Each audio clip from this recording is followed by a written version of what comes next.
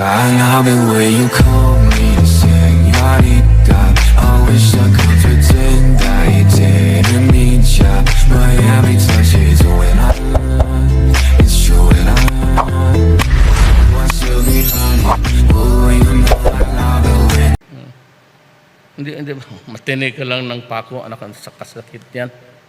Patamaan ka ng bala, Jesus Mariosep. Hindi tayo naka-experience ng gano'n. Kasi hindi nga ako nakatapos ng ROTC ko. Ayaw ko talaga magmilit. Ayaw ko nga yung sigaw-sigawan ako. Kaya natapos ako ng ROTC ay... So I went to... Ginando, sabi ko, paano ba ito? Mag-graduate na ako. I was graduating sa College of Law. Sabi ng payat doon na assistant register, hindi ka makasama kasi wala kang ROTC. Saan buting gawin ko? Sabi niya, ano bang exception? May TB ka, may sakit ka, or handicap, o so, sabi ko, saan bang maraming tibihon dito? Pumunta ako sa San Lazaro. May isa rin niya, nakalinya yung mga ko eh. Ang ingay, in unison. Kanya-kanyang spitum dito is the ground, road. Nung isa kinausap ko sa Afrika, gamitin mo itong pangalan mo.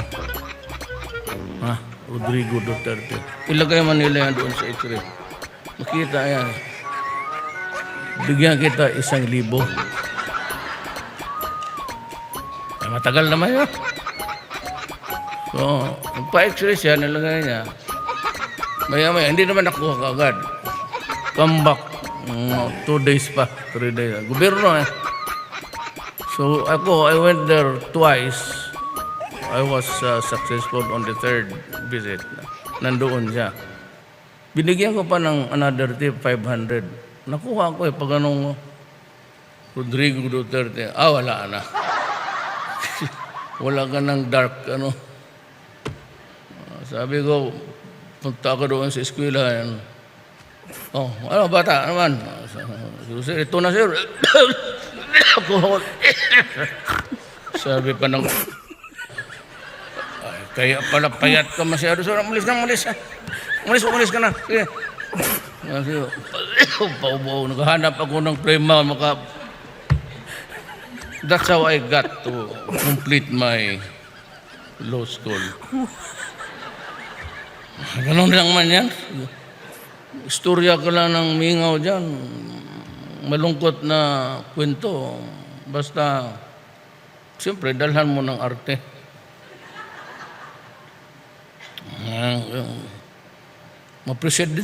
Mapresidente ka kaya kung hindi ka marunong mag-arte? Mga Pilipino, 4 million ba ang majority? Pero sinabi ko talaga, nung presidente ako, ang una ko talaga, ano man si Cesar Montano, he was with me sa campaign. First is that I will stop graft and corruption. Sabi ko, hindi ko talaga matanggap yan. I've been mayor for 23 years dito. Then another term for congressman, 3 taon. Then another term, 3 taon, vice mayor, ako ng anak ko, Inday. Yung nanuntok ng sirip, binugbog na yung sirip. So that's how long I've been in politics. Sabi ko, for the time that I will be president, let's give the Filipino the respite of this thing called graft and corruption. Early on, cabinet member, dyan sa, nag-meeting kami. Ko talaga siya, because I caught him lying. Alam, ganun talaga ang tao. Pag nakahawak na ng power, nag-iiba na. Noong nandito masiguro si Vice President, sinabi ko, huwag kayong gumamit ng number 6. That is the plate number assigned to cabinet member. Wala sa atin kasi nakukurnihan ako niyan. And even when I was a congressman, I never used the 8. Ayaw ko kasi, ayaw ko anong translation ninyo dyan sa Bisaya. Nakakahilas, nakatindig balahibo. Kasi pagbaba mo, akala mo popular ka, nakatingin yung mga tao lahat. Akala mo naman kung talagang mahina nga rin ng bugok, tingin sila sa akin kasi sikat. And I told them to walang magamit ng siren at I do not like yung you strut around with many bodyguards. Ito, galing kami dito, pagbaba ko, pag alis yan, nagsirin ang tapos maraming bodyguards. Yan talaga ang sakit ng Pilipino. Aywan kong mabutit na salita ko. Oy, makinig kayo mga... Ayan, nandyan yung media. Kayo mga opisyal na ang arte ninyo, wala namang... Kayong mga klase na nakakawawa kayo, patayin. Pero kung buhay kayo, nakakainis naman kayo. Yung mga style na police na, sino bang papatay sa iyo? Papatay nyo sa iyo yung asawa mo siguro kasi binigay mo lahat sa kabit yung alahas niya. Kukuroon lang ako, sabi ko, nandito lahat network. Kayong mga public officer. Ako dito noon, nagbumotor ako mag-isa. Hindi ako nagyayabang. I'm just saying that I'm comparing myself with you guys because usually, burot ang ulo ninyo. Pag gano'n, may mga bodyguard na, mga pulis. Kaya I'm going to limit dalawa, isa. Huwag kayo magdala-dala ng pulis kasi mas mabuti. They're better off managing the traffic problem of our country. Yan ang ayaw ko sa ano. Pagka nagkaroon ng pwesto, pinabukasan, hambugiro na. Kung maglakad, yan ang ayaw ko eh.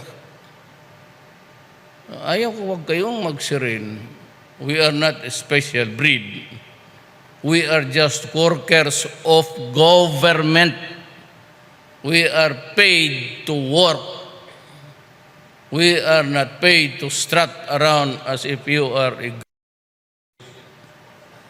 Kung nakinig kayo ngayon, this is nationwide television. Ako, ayaw ko. Ito silang security ko. Nagkakaasarang kami niya. But, lalo na yung mga anak ko. Lalo na Inday. Ayaw ng... Kasi hilas nga. Ano bang tawag sa Tagalog? Kasi translation of... Korne, kung sa anak mo na tatay ko, governor for 10 years dito, and this is only one Davao. We were not even allowed to ride on his car, baski nakaparking. Adak na. Mayroon may governor, pero we were not, I do not remember except once na papuntang ospital. May kinarga ko ba? Hindi pa kami, helper namin.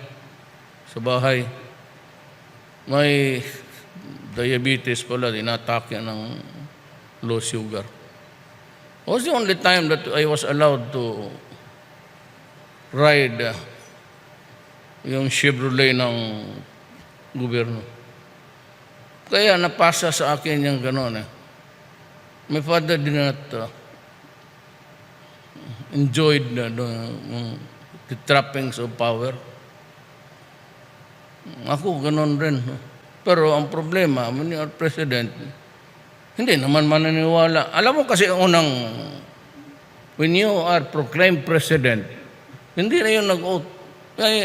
Proclamation po lang sa ballot count sa Congress. So you are declared president. The following day, dumating na ito sila, Presidential Security Group, puro mga military, pulis, halo-halo. At pinapaalis na yung mga pulis na mayor. So they'll take over. So wala kaming masabi kasi sabi na our mandate comes from the law. It does not come from you. So we're here really to just implement what is. Hindi, wala akong magawa. Sakay ako, pero nung kalahating kilometro ng entourage, may nakita ako doon sa likod na white flashing, blue, green. Sige ako tingin dito sa rear view. Sabi ko, ano yun? Bakit mahaba tayo dito? Ano yung puti? Sabi, sir, ambulansya yan. Bakit ambusin na ba talaga tayo nito? Kung dagdagan mo na lang ng punerarya.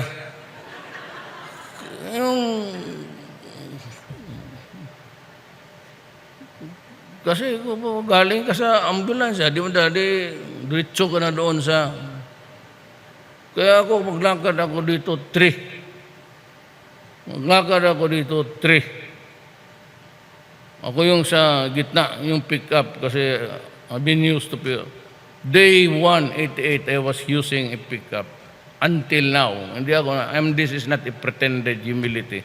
Hindi na talaga ako nasanay. Hanggang pick up ako. Tignan mo sakyan ko dyan, paglaba pick up yan. But kung maipit ako sa panahon, do you know why? Do you know why ayaw ko magpasyal? Even in Manila. Because when you go out from whatever function doon, pag serbato ng, I don't know, ang tawag nila sa akin, si Juan de la Cruz, Juan Tamad, alis na. Lahat ng kanto yan na madaanan ko, parkingan niya ng pulis na tawag na Haggard, so kanto. So paglabas mo, marami pang mga bisita, sige, bye-bye, girly, ano ka ba niya, sige, pag-usapan natin. So, delay na yan. So, ang every kanto, hindi mo alam, exponential hindi mo talaga malang how many cars will be delayed or be lining up in that particular street na nasiran. Dito sa kabila, ganun rin. All the way. Kaya pagdaan mo, akala mo smooth ang daan kasi tabi lahat. Yun ang ayaw ko. Yung sabi ko, I do not accept invitation, lalo na ganito, so, this speech is speech. Ayaw ko kasi makamulistya ako ng Pilipino. Ang hindi kasi nakuha ng iba ganito. And I hope you guys are listening. Hoy mga trabahante lang tayo ng gobyerno. There was never a time where nagsabi ako public official. I will just say, workers of government kami.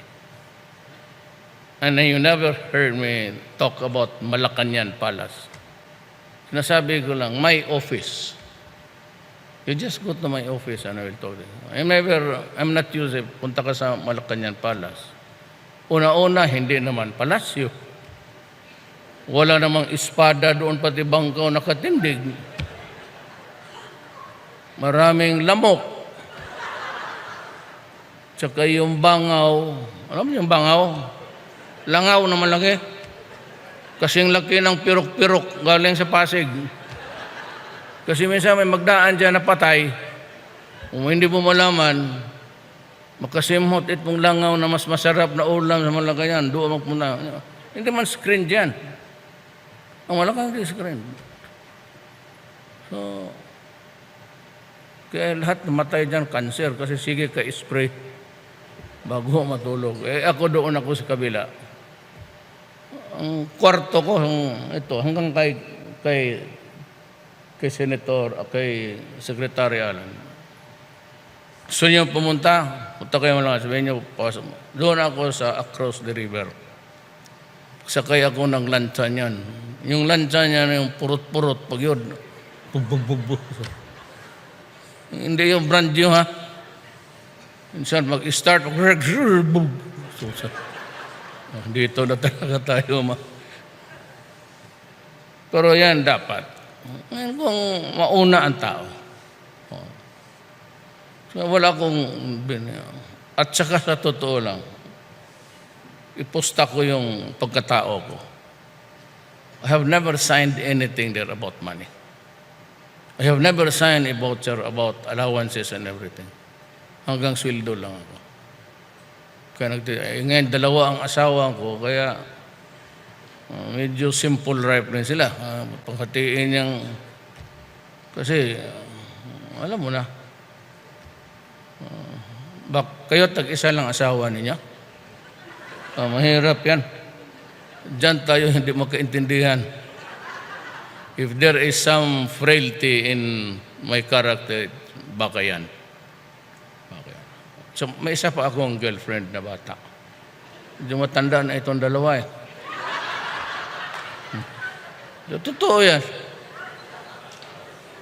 Bakit ko taguin? Itong Amerika, started with itong mga Human Rights Commission. They were talking before the public through media.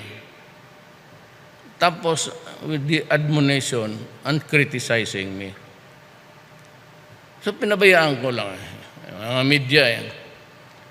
Pumasok na yung Amerikano, the State Department, pati yung spokesman ng Presidential Office sa Oval nila, and criticized me, uncastigated me, pumalag ako.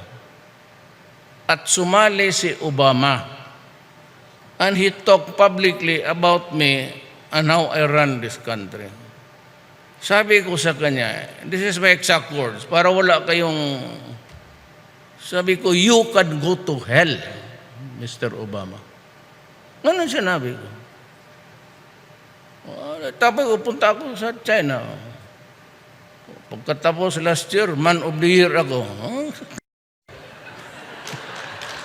Simple. If I have committed a wrong before your eyes, your estimation, that's your problem. You want killings in this country, stop tomorrow. Simple. Drop the shabu and drop the guns. And we will be heaven tomorrow. Para pagbalik nila dito, there will be so many angels flying.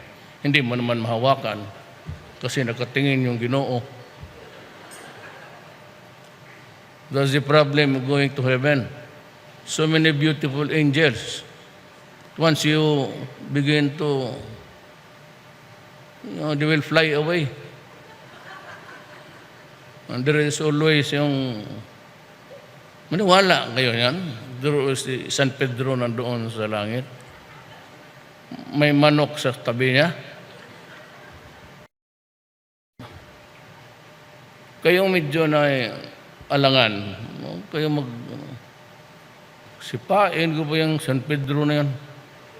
Sino? Manok lang, karga-karga mo dyan, kapag sino ka? Tsaka naman tayo, magkita-kita tayo sa impyerno, Cesar, Montano. Mukhang kandidato ka rin doon eh. Ako ang bahala sa grupo natin. Pagdating doon, style natin eh, saan yung ng Satanas na yan? Nandoon sa trono niya. Sa likod mo ako, back up ka lang.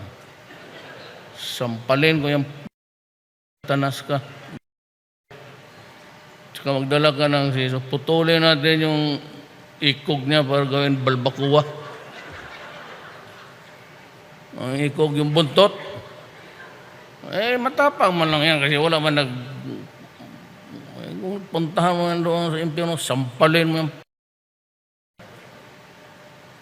Tuliin kita ngayon dito. Wala akong sabi, Rod, riglo na lang tayo. Hindi matakot yung hell. Hell is here. It really what makes your produkto mo sa buhay na ito. But we will always strive for the goodness of man. And I tell you, I'd be frank and truthful. Hindi ako yung pabula-bula na, hindi ako yan. Ako. Sige. Eh, sinabi ko na sa iyo, huwag kayo tadugdugin mo 1 year old. Huwag mo gawain dito yan. Sa totoo lang, lahat nag-rape ng bata dito, nandoon na nauna na sila. Doon. Yung mga bata, uso yan noon eh. Yan mo, pobre ang Pilipinas. Kakalat lang dyan mga... Kaya yung isang, huwag kayong, do not be so extra sensitive. At least in listening to me. Kaya pagdating ng nagsalubong kami, pati obispo, yung CBCP, mga obispo kayo, mga kala mo sino kayo, pareho lang trabaho natin, karami ninyong babae. Ay, sa Luneta sabi ko, sige, lahat ng naniwala sa pare, pati sa obispo, doon kayo kay Rojas, pati kay sino. Yung naniwala sa akin na gustong pumunta ng impyerno, dito kayo sa akin. 4 million gusto doon sa impyerno. Ganon, talagang hinamon ko ng ganon. Sige, kayo maniwala dyan sa pare, sige, punta kayo doon. Kayong gustong pumunta ng impyerno, marami doong, kala mo lang, mainit lang pero nandoon yung lahat ng mga bigaon na babae na maganda sa bundong ito. Yung mga pangit na punta ng langit. Totoo. So, I took much of your time. At least nakilala ninyo ako. Ay talagang nilabas ko yung natural ko. Para malaman ninyo. But this I can promise you. Kasi ganito lang ako. Medyo bastos, gano'n. Sometimes outright vulgarity. Pero baski ganito lang ako. Ang pangako ko talaga sa inyo, there will be no corruption.